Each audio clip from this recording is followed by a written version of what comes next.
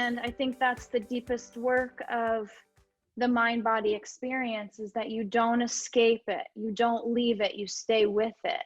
And I also feel that some of the separation from the mind and the body is because we are toxically afraid of feeling what's in our bodies. Because if we feel what's in our bodies, we have to deal with what's in our bodies. So we have to address that too when we're talking about that connectivity.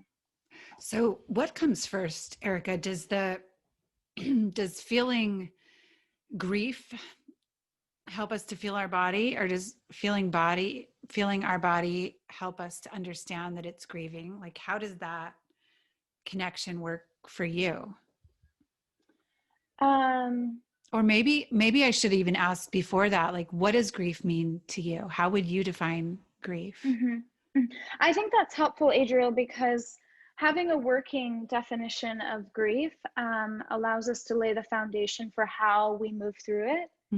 So there's a dictionary definition of grief, and the dictionary says that grief is a keen mental suffering or distress over affliction or loss, right? And that's a really helpful place to start. But for me, who orients my whole compass is oriented around the kingdom of heaven, right? So I need a sort of a theology of grief. Otherwise, I don't think the dictionary is enough for me, although it's helpful, it's not enough. So in terms of the kingdom of heaven, I would define grief as the alchemical fire of transfiguration. And what I mean by that is, well, first of all, we don't have to look any further than the cross, right? You look at Christ on the cross and you see the grief of that space that he held. And then you know the story, you know that that grief was fire that transfigured, right? And the work of anybody who claims Christ as the rubric for which they follow their lives, I would say that we are following that roadmap. We're following that steps. So if I see that grief is transfiguration, then I'm going to follow that. I'm going to take my grief and I'm going to put it through the alchemical fire, and I'm going to transmute it until I'm transformed. The same way that Christ did when he was suffering on the cross, if that makes sense. So the bottom line for me is always, always, always, always transfiguration. It is always moving closer and closer and closer to Christ consciousness. And I have felt and known and processed grief as such a powerful, it is such a powerful medium by which that bottom line is realized. So, okay, so I love this idea of thinking of grief as the fire that brings transfiguration. That I'm just thinking of someone who, so personally, I'm not in a season of deep grief right now. I have been, and I'm trying to be in touch with that as, you know, I host these conversations, but I'm not right now. And so, but I'm thinking of those times when I have been, and those times when sort of people have thrown a scripture at me about God works all things together for the good. And, you know, I'm thinking about, it sounds like work to be transformed. It sounds like, that sounds like something like, when I'm grieving, I don't want to do soul work. I just, you know, it's hard. So, and I don't think that's what you're inviting us to, but can you explain that process? Is that something that we have to sort of, I don't know, fit ourselves into or submit to, or how do we relate to grief in that process? I think there comes a point on the grief path where grief can enter into your life and you've already acquired certain tools and a certain vision for moving through it in a way that allows you to receive and let go maybe quicker than you would the time before. But there's no rule book for what that looks like, because I mean, it's different for everybody, right? Grief is so unique to the individual and their lives. And I would say most of the time, grief is processed retroactively. That it isn't until you've moved through like the certain, the 4 stages, and you're in the 5th stage and you've reached the acceptance, right? That then you look back at that narrative and you can process it from a different vantage point. But there's no expectation that you should say, okay, I've got this. I know how I'm gonna look at this just like this, and it's gonna be great. However, I will say that from my own experience, that there has been, and I can see, a growth process where grief comes when it comes, for whatever attachments I still need to let go of, in whatever way that it can purify me. I am not holding it in the same way that I have evolved. And listen, I don't know I could be saying this and tomorrow somebody could die, right? And maybe all of this goes out the window. So that needs to be said, that I'm saying what I know at this moment, but it could all change tomorrow, right? Yeah. I just know that to a level I'm not afraid anymore. And that feels really important, because my experience with grief has shown me, it's funny, I'm rabbit trailing a little bit, but I just read on Facebook yesterday of somebody else who had gone through so many consecutive losses, where she said, I don't want to hear what the gifts of grief are anymore. And I was like, yes, I know that. But then she also said in the same sentence that what she was holding in her arms was also one of the gifts of grief. So it's always both. You're always holding this paradox of the gift and the not gift of grief. I don't know where I was going with that, but for me, I have sort of this, I'm prepared in a way that says, I'm available to whatever happens to me, and whatever happens to me, I will ask that it changes me. At the same time, I know my humanity, and that declaration to the divine could change on a dime. That makes sense. So it does. Well, and I think that actually I really appreciate that you weaving around a little bit, because I think that grief is not linear, and it's not boxable, and it's not tidy. And I think that can be some of the frustration when you're in the midst of it, is our brains are actually wired to categorize, they are wired to find patterns, but grief is so disorienting, and it's hard to find patterns, and it's hard to categorize, and it's so messy and dizzying, and so for you, and I know that there's been different instances in your life where you've experienced deep and profound grief. How has your connection with body, with your own body, your own self, has it helped you to explore that grief? And how does that work for you personally? So I view the body, if we're talking about grief as the alchemical fire of transfiguration. I view the body as the furnace in which that fire takes place. So our bodies, they do the work. They do the work of transmuting the lead from the gold, right? The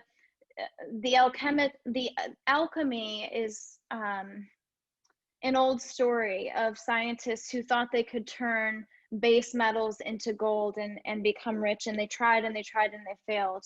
However, the metaphor fits for, I think, our spiritual lives. And so the body takes the situation of grief, and through various ways of processing and movement and participation, it turns the grief into purification. That's my experience. I don't want to say that's going to be everybody's experience, but it is an invitation to experience as well, because what we're after, again, what we're after is the purification of the heart, because the pure in heart will see God, and seeing God is where we want to be, and it's who we are as people of faith and as people who long for the kingdom of heaven on earth. So I use my body to move grief, and that can look different for a lot of people. For me, it looks kind of weird. So I am comfortable with being weird. My kids are used to me being weird. I would say the most normal thing that I do to move grief through my body is just doing yoga. Like, you can go into a space of movement and you can bring a grief into it, and you can push it through your body in a way that the energy is clarified and it doesn't get stuck. Because when we talk about embodied grief is when the keen mental suffering has taken up physical residence in your body. And that's like, I'm not saying avoid that, but it's a cautionary tale, because once that keen mental suffering, if it's not moved and processed and given, it's like, if you haven't taken care of it tenderly or carefully, it will get stuck somewhere. It's not a mystery medically or psychologically anymore that mental trauma becomes physical disease, and it takes up residence, whether it's in your elbow or your ankle bone or your rib cage or your spine. Any sort of unusual or unexplainable pain in the body is generally connected to an emotional or mental trauma or grief that hasn't been dealt with, because we have so many maladaptive practices in our lives that teach us how to avoid dealing with our pain and our suffering. So we get busy, we work harder, we drink a lot, we watch a lot of TV, we shop, we do all of these things to cope. And I'm not saying those are bad things, because sometimes we need relief from being a human on the earth. But sometimes we get in the patterns of coping, and we don't deal with the grief, and then the grief manifests and takes up residence in the body. So embodied grief is not good nor bad. It's just a signal. It's a signal that says, you didn't deal with me, so now this is a bigger problem, and it's going to take a little bit more time and attention for us to work through this together. And then sometimes you need to bring in experts, you need therapists. I mean, experts are always helpful. Sure. Whether it's, a psychologist or a fellowship of friends, or it's cranial sacrotherapy or acupuncture or whatever it is, yoga, you need more help then once it's a pain in the body. I'm thinking about that, like the reverse of that being true as well. Like sometimes, forgive me, this is terrible, but I'm just thinking of that scene in The Holiday where what's her name? Cameron Cameron Diaz. Diaz, or yeah. Cameron Diaz is, you know, just broken up with her boyfriend. They've had this huge fight, her partner, and she's trying to cry, and she sits down and she's, you know, and just trying to make herself cry. Yeah. Can't cry. And she's so Yeah. frustrated. She just wants to Yeah. cry. And I'm thinking about how sometimes like our bodies long for expression, and yet we are so bound up that we can't even express what we know we need to, you know? Yeah. So Yeah. we might go, I know for me, there's times where I've just gone and put on the saddest movie I can think of because I just want to Yeah. cry, and it helps, you know. I don't need to do that as much anymore because I think I've learned I've learned to be a little bit more in touch with my body and my emotions. But because you're kind of talking about how like grief could get stuck in our body. Yeah. But then also things could make our grief stuck as well, right? It would go kind of both directions. Yeah. And so I think that the goal, or sort of, number one, you I think it's important to know what you feel about grief in advance of grief. Like, let's say you've been through 4 or 5 cycles of grief, or you spent 7 years in the desert and you moved out of the desert and you're fully cognizant that you could spend another season there. I think it's important first to have a working theology of grief, having, after going through it a few times. And then secondly, I think it's important to know how you process grief and what body practices work specifically for you and moving grief through the body. And for me, it's I move through dance. I like go out into the woods and I dig a hole in the earth and I scream in the hole. Um, I I pray and cry and meditate and throw my body around and do yoga, like anything that, and I always am aware of what I'm holding in that space. And we're such powerful beings, Adriel. We're so capable of participating in our own healing and transformation and process. So it's just, sometimes you just have to say, I'm capable, I have permission to do this, and you go from there. But again, this circles back a little bit to the church, because I know a lot of people who would never think to use their bodies to move that energy through, so that it doesn't stick somewhere, so it doesn't get stuck, because their bodies weren't celebrated or understood or taught in that way as such a powerful tool of transfiguration. So yeah, I was reading a book lately, and I'm sorry that I can't think of the author right now, but it's called Burnout. And even just the first couple chapters were so revelational to me, and just learning about what the body holds and what the body physically needs in order to thrive. And it was, for me, it was so much more than just understanding like, oh, you need to exercise so that your heart's healthy, so that you don't have a heart attack or whatever. And because I'm not a person that I don't really enjoy exercise. Like I've just never, I just don't like, I'm sorry. It was just, I've tried, I just don't love it. But I read this book and I was so challenged by like the lack of care for my body, but so challenged to find something that would actually like work for me. And I realized like, I just love to dance, and I always sort of formalize that. And then I've got to go take a hip hop class or do ballet or something. And I just realized like, I can just dance, and I can rotate through my crazy 80s music, and I can put on my dance music, or I can put on some hip hop, or I can go anywhere I want to go and just let my body feel that music. And I Yeah. started doing that regularly. And only for like, you only have to do it for like 10 minutes. And then it Mm-hmm. just changes the whole chemical Mm-hmm. balance of the Mm-hmm. body. And Mm-hmm. that for me, just I like that was this year. I'm Yeah. 43 years old. That was this year. And I just feel Yeah.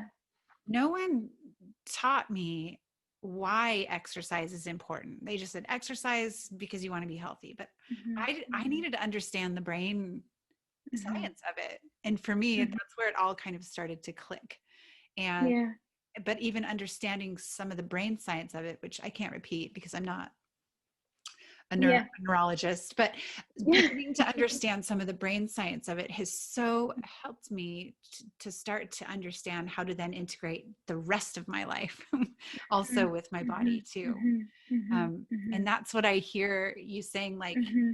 I love that picture of digging a hole and screaming into the hole, or, Mm-hmm. like what does your body need in order to express what your body needs to express, and that's not Yeah. divorced from our mind and what our mind needs as Yeah. well. And some people just rarely ask the question. I think maybe even we can go back even further, like step one, step two. Um, you have to ask your body what it needs, and you have to sit Mm. long enough to hear something from your body. Your body, I've learned this from going to not feeling that I was constipated for weeks to feeling very quickly if something's off in my system. That my body is always telling me something that is of higher wisdom and awareness than what my mind can perceive. Hmm. Yeah. So the body is more intelligent than our rational minds, because Yes. our rational minds have objective limits, but our bodies are connected to ancient truth. Our bodies are connected in a way that our minds aren't. And so the practice of just saying, where does it hurt? How do you feel? What can I do to support you? What do you need in this moment? Is such deep spiritual work, Hmm. and it takes a long time, but it is so rewarding to start hearing your body talk to you, and then to start listening. um it, it doesn't fail. It's a source of wisdom that doesn't fail.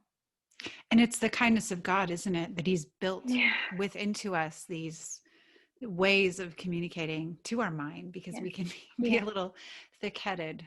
We're a Yeah. little monkey. We're a little monkey brained up there. A little bit. A little bit. So for you, Erika,